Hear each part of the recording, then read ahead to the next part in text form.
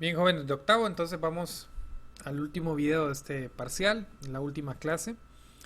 Lo que restaría entonces de esta semana y de la próxima semana sería netamente repaso y para ver si alguno de ustedes tienen inquietudes con algunas tareas, para ayudarles con las tareas que han quedado rezagadas de algunos y pues ponernos todos al día, ¿ok?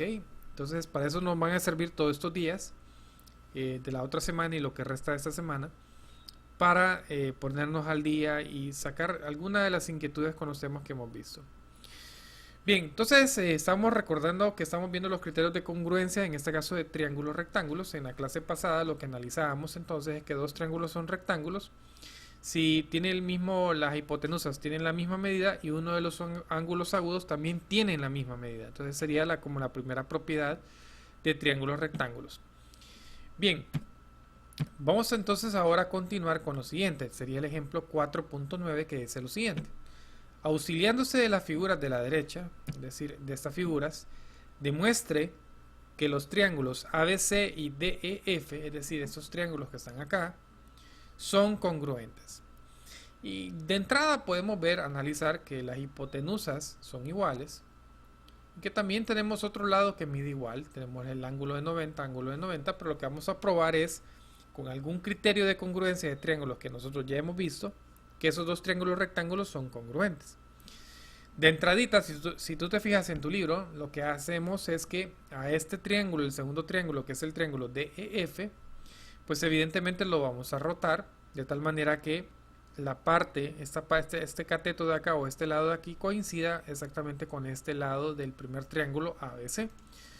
Lo tendríamos de esta forma. Entonces lo hicimos girar. Es como si usted lo haga girar en casa de esta forma. ¿Con qué intención hacemos girar estos dos triángulos? De tal manera como tienen la misma medida de los catetos, pues al unir estos dos triángulos me quedaría un solo triángulo, ¿cierto? Me quedaría, pues tomando en cuenta este ángulo que tenemos aquí, que es un ángulo recto, sería el ángulo BCA y el ángulo EFD que tenemos por acá. Y vean que las hipotenusas pues tienen la misma medida, ¿cierto? O sea que en realidad me quedaría, si yo uno esos dos triángulos, me quedaría un triángulo isósceles, ¿cierto? Porque estos dos catetos, este de aquí con este de aquí, pues tendrían la misma longitud. Me quedaría entonces al unirlo, me quedaría de esta forma. Vean que estos dos catetos me quedarían congruentes. El mismo lado en común, pues evidentemente es congruente consigo mismo, ya lo hemos visto. Un segmento es congruente consigo mismo. Y estos dos ángulos, evidentemente, como este mide 90 y este también mide 90, al unirlos, 90 más 90 es 180. Quiere decir que son ángulos suplementarios. Recuerden que ángulos suplementarios son aquellos ángulos que la suma de ellos es igual a 180 grados. 90 más 90 pues es 180. Estamos diciendo que el ángulo, en este caso el ángulo BCA, que mide 90 más el ángulo EFD, que mide 90, 90 más 90 es igual a 180. Bien, entonces veamos la solución que aparece en su libro para poder hacer la demostración. Dice así, al voltear el triángulo DEF, que fue este triángulo que tenemos acá, se observa que AC es igual a DF, es decir, este lado de acá de AC es igual con DF. Por eso que lo podemos unir, ¿cierto? Como el ángulo o la medida del ángulo BCA más la medida del ángulo EFD es igual a 90 más 90 igual a 180 grados, entonces cuando se unen el triángulo ABC y el triángulo DF por los lados AC y DF, los puntos B, C y E son colineales. ¿Qué significa puntos colineales? Son puntos que se encuentran en la misma línea recta. Si usted analiza aquí, el punto B, el punto C y F y el punto E se encuentran en la misma línea recta que tenemos acá, ¿cierto? Esos puntos salen de, como yo uní estos dos triángulos, salen de este punto B, el punto C, el punto F y el punto E, pues están dentro de la misma línea recta. Eso es lo que llamamos entonces como puntos colineales. Por lo tanto, el triángulo ABE que se forma es isósceles, como lo había mencionado anteriormente. Al unir esos dos triángulos, como estos dos lados de esos dos triángulos que yo uní pues son congruentes, tienen la misma medida, pues evidentemente pues se me forma un triángulo isósceles. Ahora vamos a partir entonces a hacer la demostración de este análisis que tenemos acá en una tabla de doble entrada donde tenemos afirmaciones y tenemos justificaciones. Entonces, como primer punto tenemos que, ya habíamos visto que En este caso, el triángulo AB es congruente con el lado DE del triángulo anterior. Eso es por hipótesis. Tenemos que el ángulo B es congruente con el ángulo E, y eso es por construcción de triángulos. Tenemos que el ángulo C es congruente con el ángulo F, eso es por hipótesis. Pues tendríamos entonces que la medida del ángulo A más la medida del ángulo B más la medida del ángulo C es igual a 180 grados. Y también que la medida del ángulo D más la medida del ángulo E más el ángulo F es igual a 180 grados de los dos triángulos que tenemos por ahí. Esto es por la propiedad de la suma de las medidas de los ángulos internos de los triángulos ABC y el triángulo DEF. Vean que tienen la misma medida, por tanto yo puedo concluir en este caso que la medida del ángulo A es congruente con la medida del ángulo D.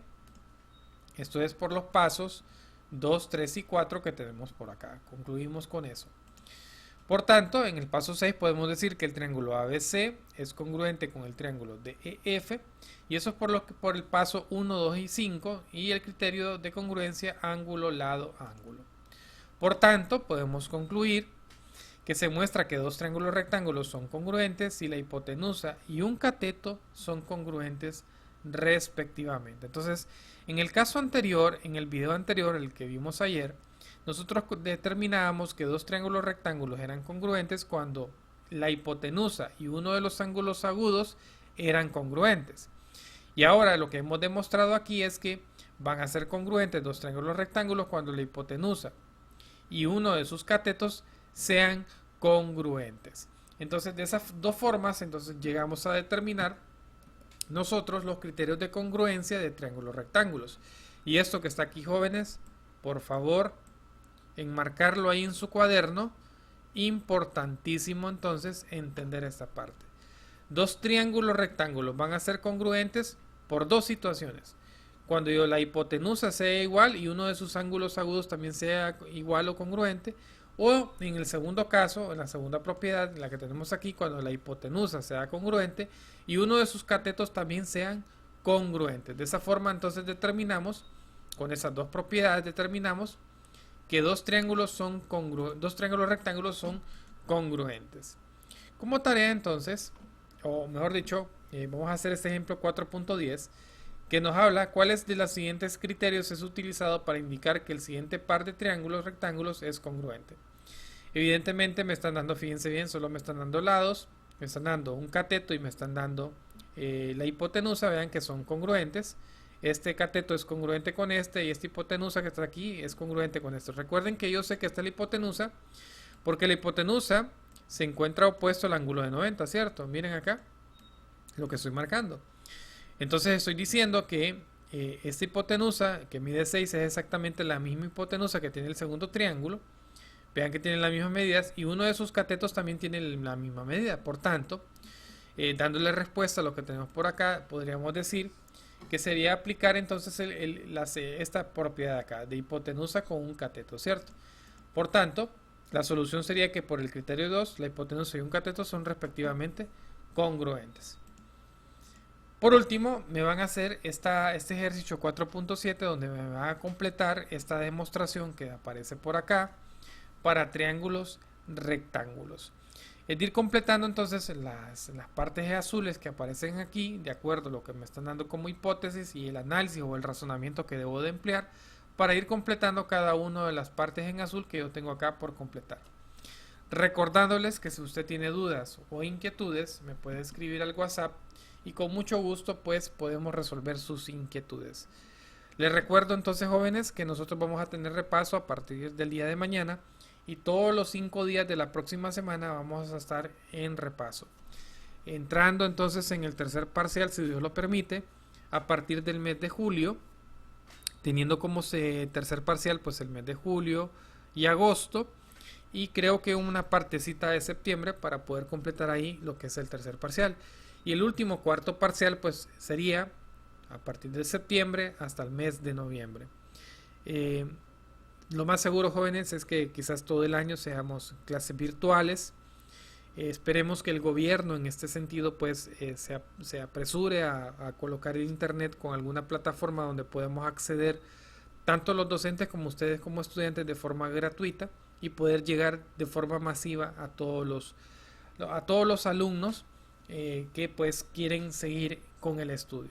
Los animo, los motivo a seguir, no bajar los brazos. Me tienen a mí como profesor alguien muy consciente, muy paciente, y pues yo sigo acá esperando que todos pues se integren nuevamente con las tareas. Jóvenes, nos vamos a ver entonces hasta el repaso, si Dios lo permite.